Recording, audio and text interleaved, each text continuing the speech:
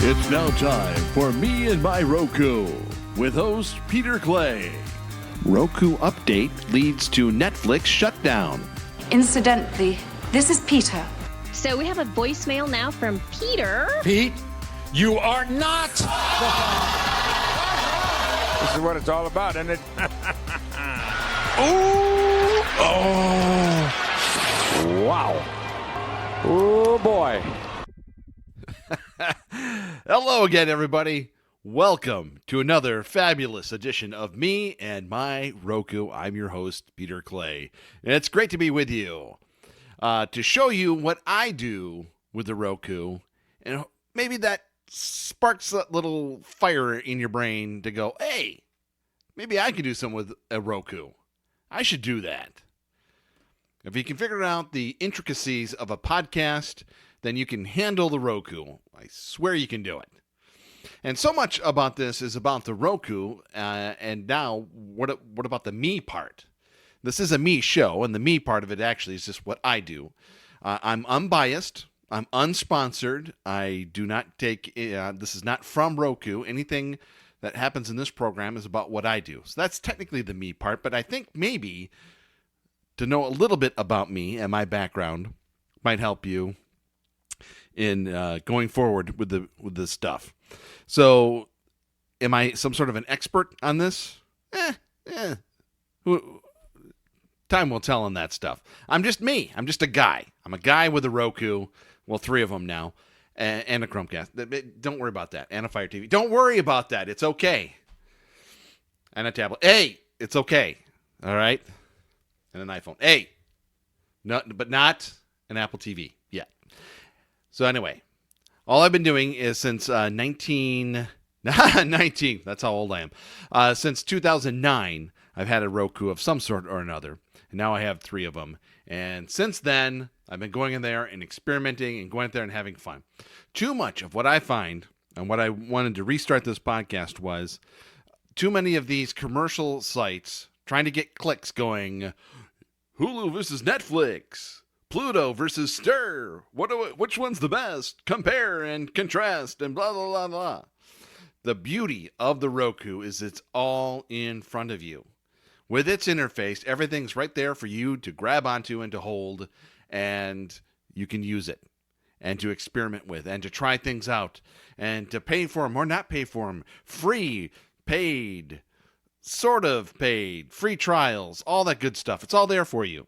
And so that's what kind of makes me an expert is I've just been doing this stuff for over 10 years now, almost. And I come back here, and since I have this platform here, I can share it with the world and all that stuff and let them decide for themselves. Don't let cord-cutting news or cord cutters or any of those lines. Those are fine programs and fine website and a good reference point. But the ultimate decision has to come from you on this stuff. And I know this is a society of, tell me what to do. How do I choose? Coke versus Pepsi. Oh my gosh. Netflix, Hulu, whatever. Amazon Prime. Oh, I can't live without it. To know that there's other options out there for you. Just like there was when we decided to leave cable. And the beauty of Roku is you don't have to leave cable. It's okay. So the me part of this comes in about me is this. In the 30 years I've been doing some of this stuff, the only thing that people want to hear about is the 3 years I spent at a radio station back in San Francisco, back in 1988 to 1990. And 560 KSFO, KYAFM 93.3. But that's just such a small sliver of my life. And while that's an important part, and I cherish that, there's more to it than this. And so I've been out there experimenting with life and seeing what the world has to offer and all that stuff. So, but that it was a very important part, and some very important people that I met along the way, some that I'll never forget. People like Ginny Pryor and Sylvia Chacon and Noah Griffin. Those people will stay with me forever. Ron Barr, on the other hand, well, thanks for the opportunity. We'll just leave it at that. But no, lots of great people and lots of great experiences. But I've done so much since then, and so much just in the podcasting industry and all that stuff since it started. I've been doing this since 2006 and all that stuff. So I think my credentials are kind of in order and all that stuff. So I can talk into a microphone and I can chat about the Roku, and that's what it's all about. I'm a giver, and I'm here to give about the Roku, and hopefully that other people can share the experiences that I've had with the Roku. Hey, so let's get started here because we got some stuff to talk about. So let's get started. Oh, rusty boat, we're gonna take it tonight and cross this shore. Okay, so when I was last with you, I mentioned the upgrade potential of Rokus from 9.1 to 9.2, and that certain Rokus will no longer be upgradable, and we're not going to get that update. And so these were like legacy Rokus, like some of the first ones to come out. I have now, on my Roku Ultra, received the 9.2 upgrade, and it's, sure, great. Not much that you can really tell. Most of that stuff's inside. Things do seem to be a little zippier. One thing on the menu is there is a space in between when your channels end and when they can come back and start all over again. There's a section for shortcuts. I'm not quite sure what that's for, but that's okay. It's there, and maybe that can be for your most important ones, but I am such a freak when it comes to these things. I lay out my tiles for the apps in order of importance from top to bottom. So I have the most important ones on the top and the bottom because you can rotate through, and kind of in the middle, that's just me. That's why it's me and my Roku. So to have some shortcuts kind of bridged, sandwiched in between there, maybe, maybe not. We'll see. Other than that, just a little color contrast, a little difference and stuff, and so I guess it's supposed to be a little faster. My two older Rokus, the Roku 3 and the Roku LT, have not received the update yet. So, in addition to this, there came a notice came out. So it was kind of important if you realized if it was not going to be upgradable, that certain things weren't going to be issued. Now, one of the reasons we upgraded our Roku XD was because certain apps were not supported by it anymore. Not only were they upgradable, it just certain apps weren't. Now, that was news to us, and so that's why we moved on. So apparently it wasn't news to the world until, oh my gosh, Netflix decided it will no longer support legacy Rokus. Then it became news. Now, for us, it was when MLB TV and stuff wasn't becoming available, and we could only have about 5 channels at a time because it couldn't hold much memory. So, once again, if you can handle the intricacies of a podcast, I doubt that you have a legacy Roku, so maybe you have one on an older TV or something like that. For that, I do recommend the Roku LT. There are some Rokus available that still have the composite outputs, the yellow, white, and red, for some of your older TVs if you do need that. And then make sure that you change the display to 4.3 if it's an older TV, as far as that goes too then. If not, TVs are so cheap right now. Get a new TV. Maybe with a Roku built in even. It's okay. So, but that's just a little announcement. December 1st, 2019, Netflix will no longer support legacy Rokus. I know that's a big deal to everyone because, oh, what are we going to do? Now I officially have to change. For me, it was MLB TV 5 years ago, but that's okay. And I've enjoyed newer Rokus since then. But to those who are on the fence and wondering if it's time now to upgrade your Roku, now would be the time because Netflix, December 1st, will no longer be supported. That's a little note here for me and my Roku. Ooh, yeah. Let me hear you. Okay, kids, gather around. Uncle Pete's going to tell us, once again, a story here about how we can support things that are important to us. Speaking of legacy, since I have no kids or anything like that, just cats that trying to interrupt me while I'm doing a podcast. Other than that, my legacy is to leave what I do here on these recordings behind. And how do I do that? Well, I use the Internet Archive. And that's where I'm leaving things to be because they are preserving the internet and podcasts and other things as well on there. And you can check that out today at archive.org. Consider supporting them because so much going on there and so much to be appreciative of. What an amazing project it is. Just check out the Wayback Machine and look back at websites when they first started back in the late 90s and early 2000s. You can even go to radioaffliction.com and see me with blonde hair. It's kind of a sight. I made blonde sexy, but I had to stop doing that because it's just getting too much for people. But anyway, it's there for all to enjoy, and consider supporting them today. Archive.org. Check them out today. Thank you.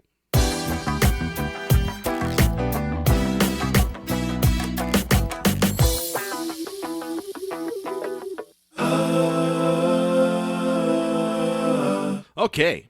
Well, last week I was kind of in a rush, and my wife came home early because she wasn't feeling good and all that stuff. And so I was trying to do a segment on the music streaming services and kind of trying to throw a Roku component in there. And it just kind of got crazy, and I kind of felt rushed, and I just kind of felt, I need to get this out. So even though she was like, oh, honey, don't worry about me. I'll be fine down here, blah, blah, blah, blah, blah. I just felt kind of rushed and all that stuff.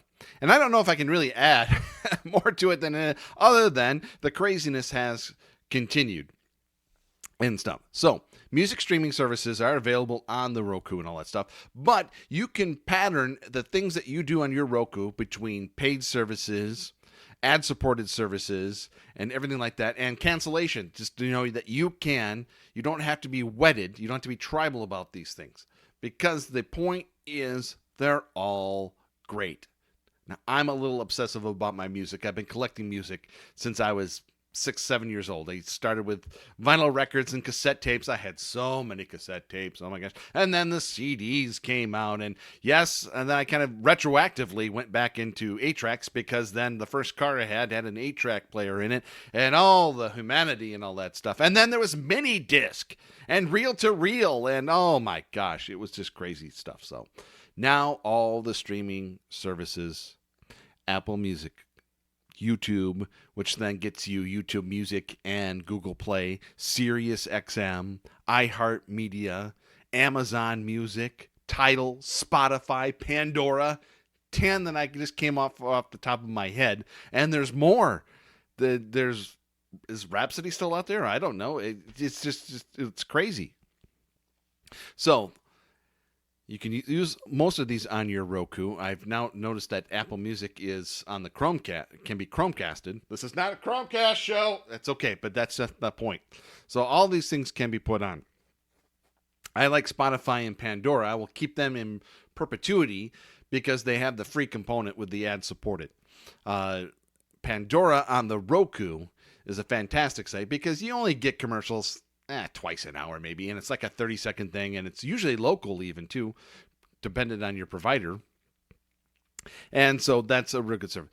Spotify, you get that 30-minute, watch that 1 minute commercial, and then you get 30 minutes, and then that's a good timer so that when the next commercial comes up, maybe it's time to start doing something else. So treat the music services like you would treat your Roku things, to know that there's so many things available. Get the free trials whenever you can, and then just move on to the next one. Now people will say, well, what about my playlists and all that stuff? Treat each one independently is my best advice. Is this: if you have a playlist on one, and that way you know when to switch to another one, or just make new playlists. I have seen these programs that says that you can switch these to another, and then they get the wrong one, or they'll come up with a live version or a remixed version or something that's not too many components there to get around. So either make the same playlist on there, or just have a jazz playlist on Apple Music, or my crazy Love Fest playlist on Google Play Music or something like that. Those type of things. Excuse me. So enjoy the music that is out there. Try and get it as free as possible. If you get Amazon Prime, you're already halfway there too, because you get music as part of that. And then if you want to add the component of being able to make your own playlist and do things like that, if you want to pay extra and money's no object, then go for it. Other than that, all I can say is just enjoy the music and enjoy what music can do for you and spark that imagination for you.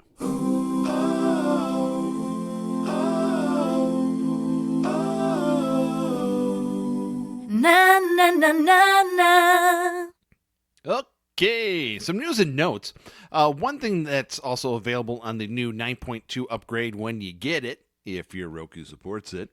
I don't think anyone here has a legacy Roku. I'm just guessing. But anyway, one of the factors is a data saver mode that's available in the settings. If you are one of those people, and it can happen, I'm not judging here, if you have a data cap on your internet provider. This will help if you're still for a certain amount of time, it'll stop, and it also will not auto stream. It will not automatically go to the next video. So that's something that's also going to be available for you in the 9.2 upgrade. So I don't know much about that since I don't have a data cap, but I just know that it's out there. I'm just sharing it with you so that you can gather your own information on that. Just letting you know that that's out there. Also out there, throw Plex into the ring of people who will be having an ad-supported streaming service. I've talked about Plex in the past here, kind of begrudgingly, because there was some gray area on what Plex could be used for, mostly for taking your own media and be able and having a server on your computer or device or something like that, and then be able to watch it on your Roku. It's a great service. And there was just some other things that it also can be used for that necessarily we don't like to talk about in public type of thing. But for the most part, it's all above board type of thing. But it's basically a way where you can take your RIP CDs, DVDs, and CDs too. It has music as well. And being able to put it on your Roku or other service type of thing. But throw Plex in there. Now, Plex is doing a lot of marketing these days, a lot of advertising I've noticed, so let's keep an eye on that. But Plex is useful in this household, and it's something that I recommend. So if you have a lot of online media that you'd like to share, not just that photos, music, your ripped DVDs, and some plugins and so on. Anyway, we don't talk about that stuff. Also in the news, only because I brought it up as a possibility, we're pretty good with our Rokus right now, but the thought of a Roku built-in soundbar seems intriguing to me. My eyes kind of go, ooh, interesting. There could be some confusion here, so I just want to separate it right here. There's going to be a Roku soundbar that's going to be coming out. Estimated retail price at about $179.99. Roku is also teamed up with Walmart and having kind of an off-brand, even though when I say off-brand, it's called On, with two N's, just to be cute. It will work as a Roku, but just a few different things in there, and the price is at $129 then. Well, what's the difference? Well, apparently, if you have a smaller room, the On might actually be the right way to do. In some testing that I've heard, I haven't tested it myself, so I don't know, is that the Roku branded one is like extreme. It will blow you out of the room. And so if you have a really small room, which I think we do, the On brand might be there. Other than that, they're pretty much the same. It's the new Roku Ultra software that's in there too, or hardware software combination there. So that's something to consider if you were thinking about if you have a bigger room, kind of like a theater type of thing, then the Roku branded soundbar could be good for you. And if you just got a room and you just need something a little better than your TV speakers, maybe consider the ONN branded Roku Smart Soundbar. Okay, and then in our comings and goings, nothing came or went this week. It was a good week. A lot of it with the fall premieres of our shows. We just watched a lot of our shows, so nothing really was kind of added on, and nothing that I said, well, it's time for you to go or anything like that. So everything else is going great. Got the 9.2 update on the Ultra, and waiting on the LT and the Roku 3. Other things going on. We are counting down now. As of this recording day, we're exactly 1 month away from Disney Plus, and we are 3 weeks away from Apple TV Plus. That doesn't seem right because there's a 2-week difference between the two. But anyway, we're getting close to both of them, so we got our countdown apps ready to go on that, and getting ready for hopefully free trials before making any sort of commitments. I know there's a lot of things saying, hey, if you pay 3 years of Disney Plus, you'll get a price break and all that stuff. Let's slow our rolls here a little bit, and let's just see what you've actually got. I've seen the list of shows that are going to be, and movies and everything that's available on Disney Plus, and it looks amazing and all that stuff. So we'll just have to see. Just remember, Cat from Outer Space will be available on Disney Plus. That's amazing. Anyway, well, I got to get back to my Roku. I've been away far too long, so I better get back to it. But special thanks to archive.org for their support. We thank them and we love them, and by we, I mean me. Subscribe to the Me and My Roku podcast on Apple Podcasts, Google Play, Stitcher, Spreaker, Spotify, TuneIn, YouTube, iHeartMedia, and radio.com. Follow me on Twitter at Radio Affliction. Just say, hi, heard you, and you're coming in loud and clear. And if you need a little bit more conversation or anything like that, and questions and comments or anything like that, reach out to me, because several people have now saying, hey, we can promote your podcast. Email me at meandmyrokupodcast@gmail.com. Enjoy, everybody, and I hope you're enjoying you and your Roku as much as I'm enjoying me and my Roku. And I'll be back with you real soon.